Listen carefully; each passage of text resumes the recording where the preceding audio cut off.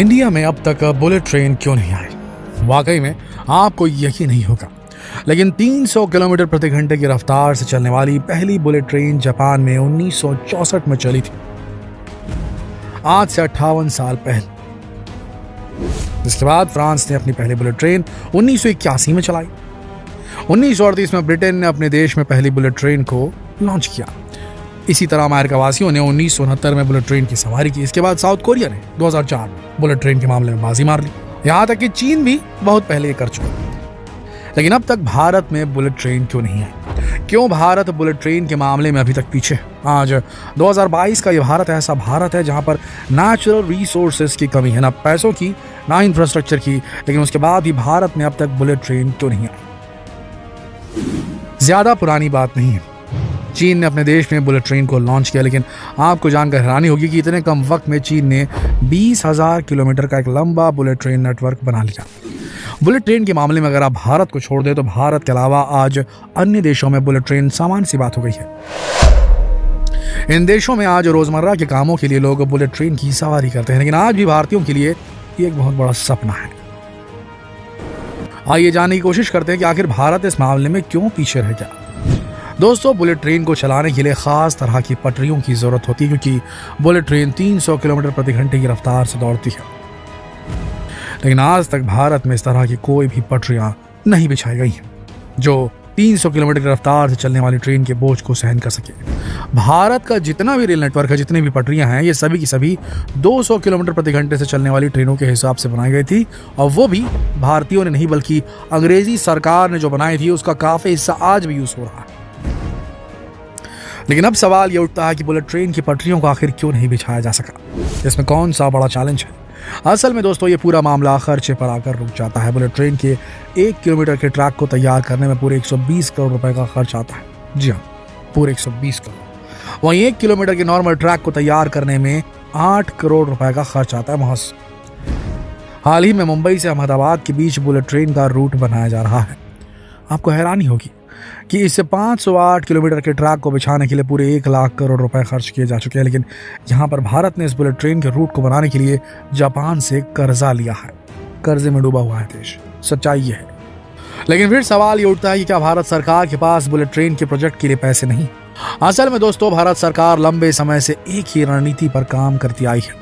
भारत में जितने भी बड़े प्रोजेक्ट बनाए जाते हैं उसमें यहाँ तो सरकार खर्च करती है, जिसमें सरकारी इंजीनियर होते हैं, सरकारी मटेरियल होता है, यानी कि सब कुछ सरकार के जिम्मे होता है। लेकिन जब सरकार के पास ज़्यादा बड़े प्रोजेक्ट के लिए पैसे नहीं होते, तब ये दूसरे देश से उधार लेती है। फिर उसी देश की कंपनियां इस प्रोजेक्ट को पूरा करती हैं। प्रोजेक्ट बन जाने के बाद उसी देश की कंपनियों को वो प्रोजेक्ट कई सालों के लिए लीज पर दे दिया जाता है। प्रोजेक्ट तैयार होने के बाद कंपनी अपने हिसाब से कई सालों तक आम जनता से पैसे लेकर अपना पैसा वसूलती है। लेकिन अगर सरकारी कंपनियां इस तरह के प्रोजेक्ट का जिम्मा लेती हैं, तब उसमें भ्रष्टाचार का नमक छिड़क दिया जाता है। इसके बाद आप भी जानते हैं कि किस तरीके से 1 साल में बने ब्रिज धड़ाधड़ अपने आप गिर जाते हैं, धड़धड़ा कर गिर जाते हैं। शायद इसीलिए मुंबई से अहमदाबाद में चलने वाली बुलेट ट्रेन को बनाने का काम आज के समय जापानी कंपनी कर रही है। लेकिन दोस्तों, जरा ये सोचकर देखिए कि क्या हमारे भारत में धन कुबेरों की कमी है? क्या हमारे देश में काबिल इंजीनियर मौजूद नहीं है? बिल्कुल है। अंबानी, अडानी ऐसे कई बड़े बड़े उद्योगपति हैं जो इस प्रोजेक्ट को पूरा कर सकते हैं। टाटा के पास स्टील की कोई कमी नहीं, अंबानी के पास पैसों की कमी नहीं। अगर यही प्रोजेक्ट भारत की कंपनियों को दे दिया जाता तो भारत के उद्योगपति अपना पैसा लगाते, लोगों को रोजगार मिलता, वहीं इसके लिए किसी देश से कर्जा नहीं लेना पड़ता, घर की चीज घर में रहती। लेकिन हर सरकार किसी न किसी तरीके से अपने भारी भरकम प्रोजेक्ट को खुद कंप्लीट करने की जद्दोजहद में लगी रहती है, या फिर विदेशी कंपनियों के सहारे छोड़ दिया जाता है सब कुछ। लेकिन दोस्तों, यहाँ पर एक और बहुत बड़ा ट्विस्ट है। अगर सरकार अपनी सरकारी कंपनियों के जरिए किसी प्रोजेक्ट पर काम करती है तो उसे फिर 10 से 15 सालों के लिए प्राइवेटाइजेशन की कढ़ाई में तल दिया जाता है। आज के समय आपने भी देखा होगा कि बहुत सारे रेलवे स्टेशन को पूरी तरह से प्राइवेट कर दिया गया है, जो आज प्राइवेट हाथों की भेंट चढ़ चुके हैं। लेकिन इस तरह के प्राइवेटाइजेशन से आम जनता की जेब भी ढीली होती है। पहले सरकार अपने प्रोजेक्ट से लोगों की जेब ढीली करती है, फिर प्राइवेट कंपनियां। बिल्कुल इसी तरह भारत में बुलेट ट्रेन न आने का दूसरा सबसे बड़ा कारण है भारत में होने वाली रेल दुर्घटनाएं। अब मानकर चलिए कि भारत में बुलेट ट्रेन आ भी गई तो क्या इससे हमारा सिस्टम बदलेगा? ये कहना बहुत मुश्किल है। आप भी जानते हैं कि भारत में रेलवे क्रॉसिंग को मौत का कुआं माना जाता है। आए दिन होने वाली रेल दुर्घटनाएं आपका ध्यान जरूर खींचती होंगी। कुछ रिपोर्ट्स की माने तो भारतीय रेल की पटरियों में हर रोज औसतन 39 मौतें होती हैं। पिछले 5 वर्षों में हमारे देश में 526 रेल हादसे हो चुके हैं। 2015 में पूरे भारत में हुए रेल हादसों की बात करें तो इसमें 26,066 लोगों की मौत हो चुकी है। इन आंकड़ों में कई तरह के रेल हादसे शामिल हैं। इनमें वो हैं जो रेलवे क्रॉसिंग को पार करते हुए मारे गए, चलती ट्रेन से गिरकर मारे गए या फिर किसी रेल हादसे का शिकार हो गए। सच माने तो अगर युद्ध जैसे हालात हो भी गए तो भी शायद इतने लोगों की मौत नहीं होगी। वहीं दूसरी तरफ जापान 1964 से अपने देश में बुलेट ट्रेन को बेहतरीन ढंग से चला रहा है। आपको जानकर हैरानी होगी कि पिछले 500 सालों में उनकी रेल पटरियों में किसी की मौत नहीं हुई।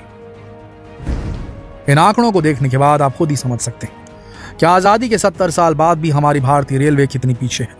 लेकिन दोस्तों, यहाँ पर एक बात और नोट करने वाली है। आपको बता दें कि रेलवे की सुरक्षा में तैनात अधिकारियों और कर्मचारियों की अभी तक 1 लाख से 1.25 लाख पद खाली हैं। जी हाँ, क्यों खाली हैं इसके बारे में शायद आपको पता भी चल गया होगा।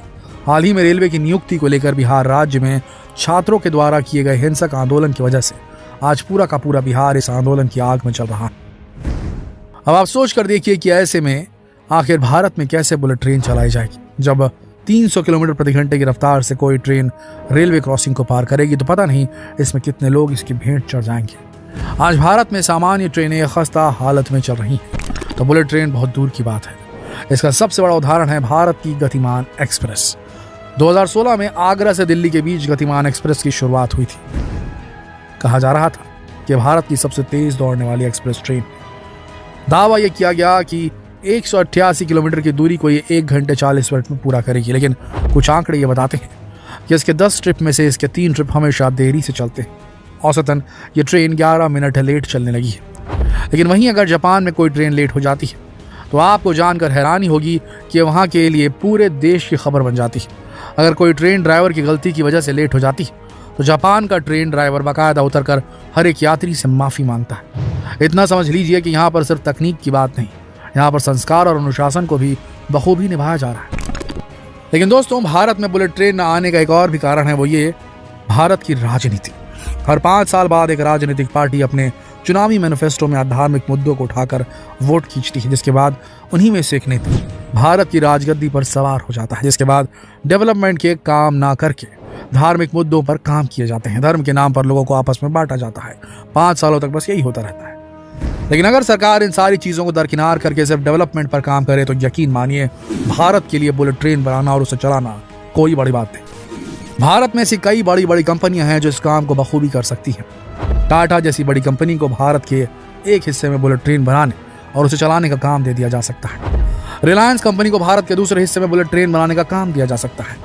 इसी तरह भारत में ऐसी और भी कंपनियां हैं। इस हिसाब से भारत को किसी देश से कर्जा लेना नहीं पड़ेगा। इसी के साथ साथ भारत के कई लोगों को रोजगार मिलेगा। लेकिन आपसे भी इसके बारे में पूछना बहुत जरूरी है, क्योंकि आप वही हैं जो हर रोज ट्रेन में सफर करते हैं, हर रोज कई तरह के चैलेंजेस को पूरा करते हैं। आप बताइए कि भारत को किस रणनीति पर काम करना चाहिए।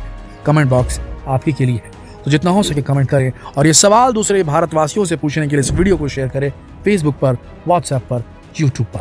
धन्यवाद।